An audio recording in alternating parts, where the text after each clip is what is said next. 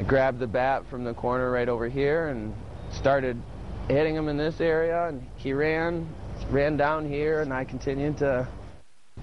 A store clerk taking matters into his own hands when an armed robber puts a knife to his face. 24-hour News 8's Danny Carlson speaking to that clerk tonight who walked her through the whole thing. Susie, Glenn Cloud had only worked at this convenience store for about a month and a half as a part-time cashier. And he tells us that's when the would-be robber hit, right about this time of night. And he decided, after some initial shock, that enough was enough.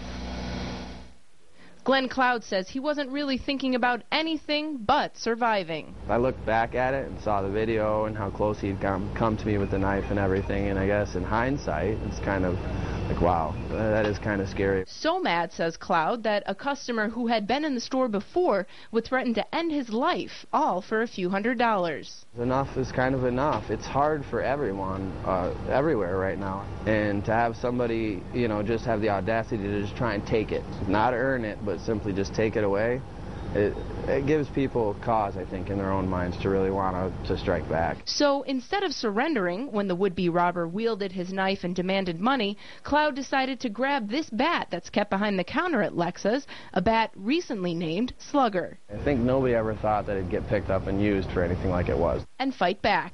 I grabbed the bat from the corner right over here and started hitting him in this area, and he ran down here, and I continued to crack him along this way. Cloud says he thinks the would-be robber planned out his crime ahead of time because he hit right before closing, except he didn't make any attempt to hide his face from the security cameras.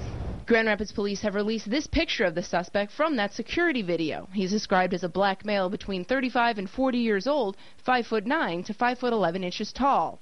And even though the suspect is still out there tonight, Cloud says he's not afraid. There's not a lot of work out there for anybody, and to have to leave a job because somebody else wants to be lazy and steal, it's not going to happen with me. And if he had to do it all over again, he says he'd only change one thing. I think I would have been quicker to the bat. Anyone with information about that suspect is asked to contact the Grand Rapids Police Department, and Cloud tells 24-hour News 8 he plans to be back at work this Friday. Live in Grand Rapids, Danny Carlson, 24-hour News 8.